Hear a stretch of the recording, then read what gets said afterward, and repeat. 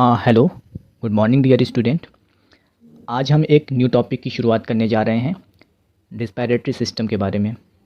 हमने पिछली वीडियो में पढ़ा था breathing and exchange of gases and respiratory organ के बारे में। आज का जो वीडियो रहने वाला है, लेक्चर नंबर 2, वो है रिस्पायरेटरी सिस्टम पे बेस्ड।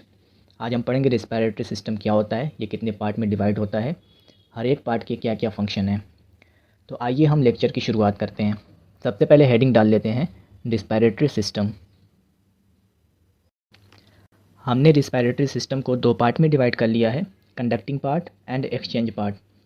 कंडक्टिंग पार्ट में सिर्फ और सिर्फ एटमॉस्फेरिक एयर जो होती है वो नॉस्ट्रिल के थ्रू नेज़ल चैम्बर में, नेज़ल चैम्बर से लैरिंगोफैरिंग्स में, लैरिंगोफैरिंग्स से ट्रैकिया में, फिर ट्रैकिया से ब्रोंकस में, ब्रोंकस से ब्रोंकियोल में, ब्रोंकियोल से ब्रोंकाई में, फिर एल्वोलाई में इंटर करती है। ये पाथ ट्रैवल करने का जो है, जो ऑक्सीजन इन्वायरमेंट से आ रही है जिस पाथ के थ्रू, ये कंडक्टिंग पार्ट होता है। ये क्या करती है कि इस ऑक्सीजन को एल्वोलाई तक पहुंचाने का काम करती है, एक मीडियम का काम करती है। ठीक है। एक्सचेंज पार्ट वो होता है जहाँ पर एक्चुअल गैसेस का एक्सचेंज होता है, like carbon dioxide and oxygen molecule का।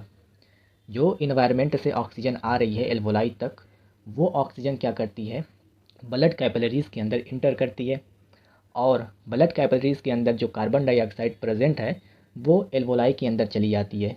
फिर एल्वोलाई से होते हुए वो ब्रोंकियोल में, ब्रोंकियोल से होते हुए ब्रोंकस में, ब्रोंकस से होते हुए लैरिंग्स में, लैरिंग्स से होते हुए ब्रोंकस से होते हुए ट्रैकिया में, ट्रैकिया से होते हुए लैरिंग्स में, लैरिंग्स से होते हुए नेज़ल चैम्बर के थ्रू वो नॉस्ट्रिल से बाहर इन्वायरमेंट में रिलीज़ कर दी जाती है। ये हो गया कार्बन डाइऑक्साइड का पाथ। और ऑक्सीजन का पाथ इसका उल्टा होता है, वो नॉस्ट्रिल से एल्वोलाई तक जाती है और कार्बन डाइऑक्साइड एल्वोलाई से नॉस्ट्रिल तक फिर इन्वायरमेंट में रिलीज़ हो जाती है। यही पाथ है जो कंडक्टिंग पार्ट जो हम बात कर रहे हैं और गैसियस एक्सचेंज की बात कर रहे हैं।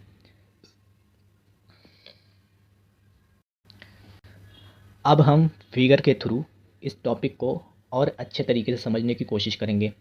मैं आपको एक फ़िगर दिखा रहा हूँ और उस फिगर में मेंशन किए हुए हर एक पॉइंट को अच्छे तरीके से समझेंगे।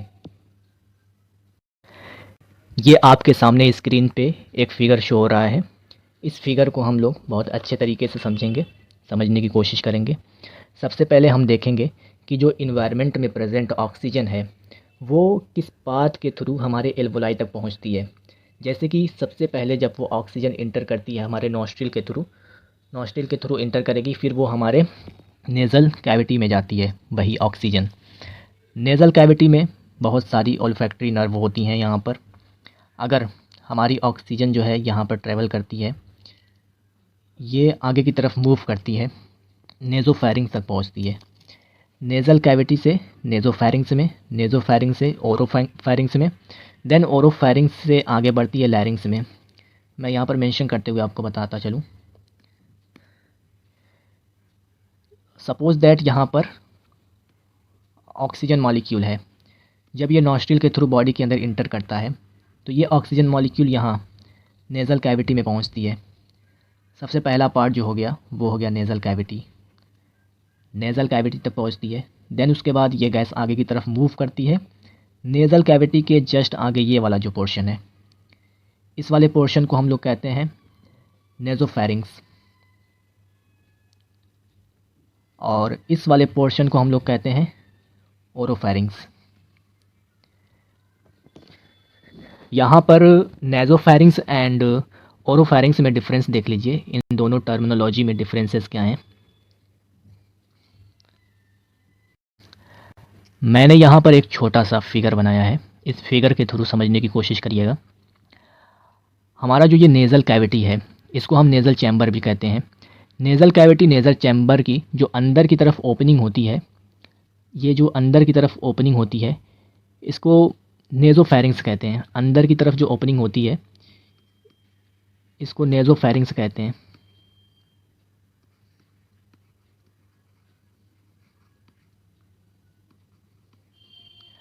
और हमारे ओरल कैविटी की जो अंदर की तरफ ओपनिंग होती है उसको ओरोफैरिंग्स कहते हैं।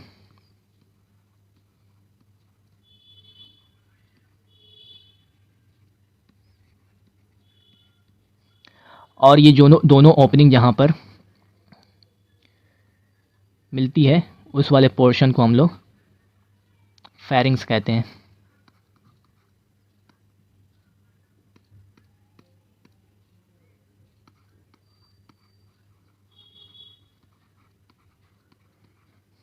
देन उसके बाद हम लोग आगे मूव करते हैं नेज़ोफेरिंग्स, ओरोफेरिंग्स, देन उसके बाद लैरिंग्स आता है। ये जो लैरिंग्स होता है इसे हम साउंड बॉक्स भी कहते हैं।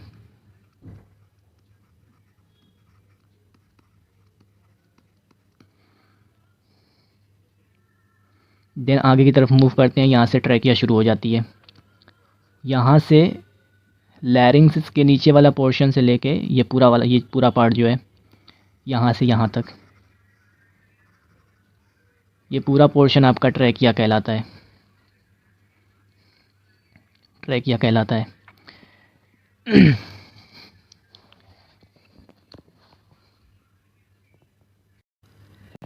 फिर ट्रैकिया जो है यहाँ से फिफ्थ थोरेसिक वर्टिब्री पे ये जहाँ पर ट्रैकिया फिनिश हो रही है इसको हम लोग कहते हैं फिफ्थ थोरेसिक वर्टिब्री।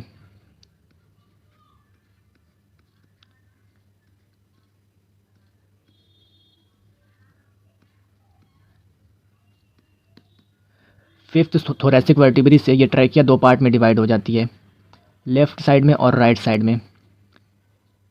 ये जो ब्रांच यहाँ पे बन रही है इसको ब्रोंकस कहते हैं। क्या कहते हैं? ब्रोंकस कहते हैं। जब फिफ्थ पोजीशन पे, फिफ्थ थोरेसिक वर्टिब्री पे जब ये ट्रैकिया दो पार्ट में डिवाइड होती है, जो सबसे पहला पार्ट बनता है वो ब्रोंकस बनता है।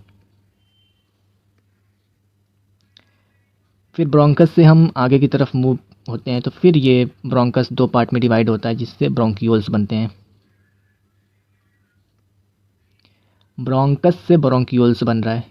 और यहाँ पे ट्रैकिया जब डिवाइड हुई थी तो उससे ब्रोंकस बना था और ब्रोंकस डिवाइड होकर ब्रोंकियोल्स बना रहा है। और ये ब्रोंकियोल्स डिवाइड होकर रिस्पायरेटरी ब्रोंकियोल्स बनाएगा। और ये रिस्पायरेटरी ब्रोंकियोल से फिर एल्वोलाई डक्ट, फिर एल्वोलाई बनेगा। यहाँ पर एल्वोलाई है। ये जो बल्ब लाइक स्ट्रक्चर दिखाई दे रहा है ये एल्वोलाई है।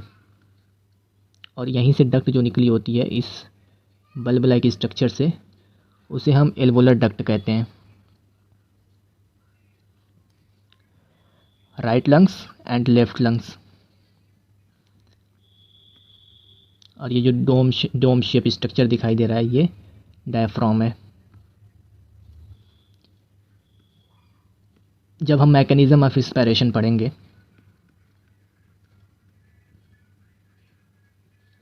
मैकेनिज्म ऑफ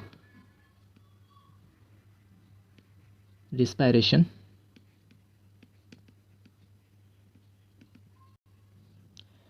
तो इस वाले पार्ट की डिटेल स्टडी करेंगे। इससे आपको समझ में आएगा कि कंडक्टिंग एयरवेज और गैस एक्सचेंज एयरवेज कहाँ कहाँ पर होते हैं। इसमें बहुत अच्छे तरीके से शो किया गया है कंडक्टिंग एयरवेज को और गैस एक्सचेंज एयरवेज को।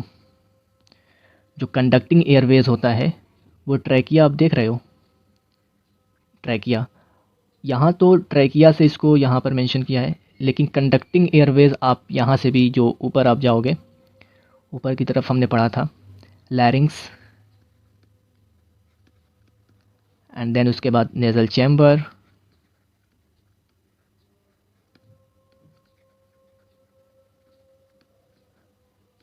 And nostril.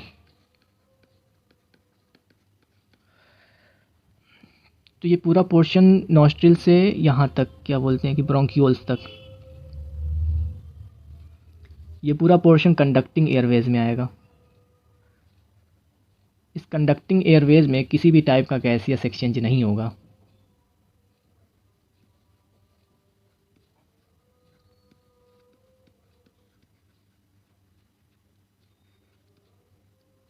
Not take place.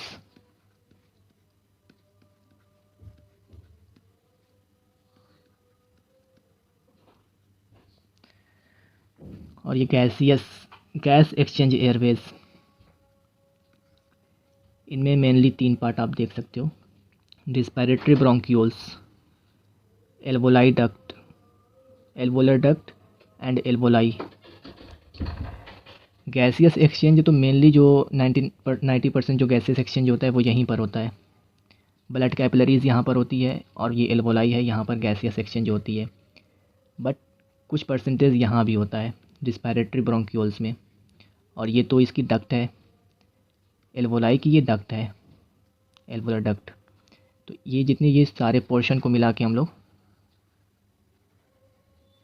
Gas exchange Airways कह रहे हैं।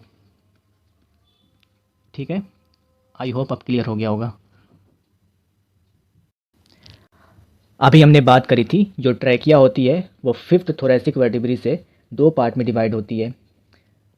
At the level of 5th thoracic vertebrae 2 part में डिवाइड होती है। तो अब हम उसी को थोड़ा सा डिटेल स्टडी करेंगे। हम कैसे समझेंगे कि हाँ कि वो जो है कि T5 लेवल पर ही डिवाइड हो रही है। जैसा कि हम सभी लोग जानते हैं, मैं यहाँ पर पढ़ के आपको बता देता हूँ। Total number of the vertebrae in human spine is typically 33। कितने होते हैं? 33 होते हैं। इन एडल्ट, जब हम एडल्ट की बात करते हैं, this number is often cited as 26 because some of the vertebrae fuse together. Some of the vertebrae fuse together during growth. अब सम ऑफ द वर्टिब्री में कौन कौन सी वर्टिब्री फ्यूज्ड होती है वो हम यहाँ पर देख लेते हैं।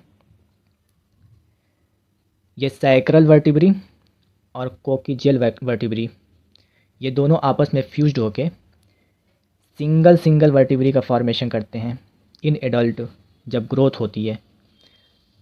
वैसे तो नॉर्मली अगर हम देखें, जो सर्वाइकल वर्टिब्री होती है जो कि नेक में प्रेजेंट होती है, उसका नंबर 7 होता है। थोरेसिक वर्टिब्री होती है अपर बैक।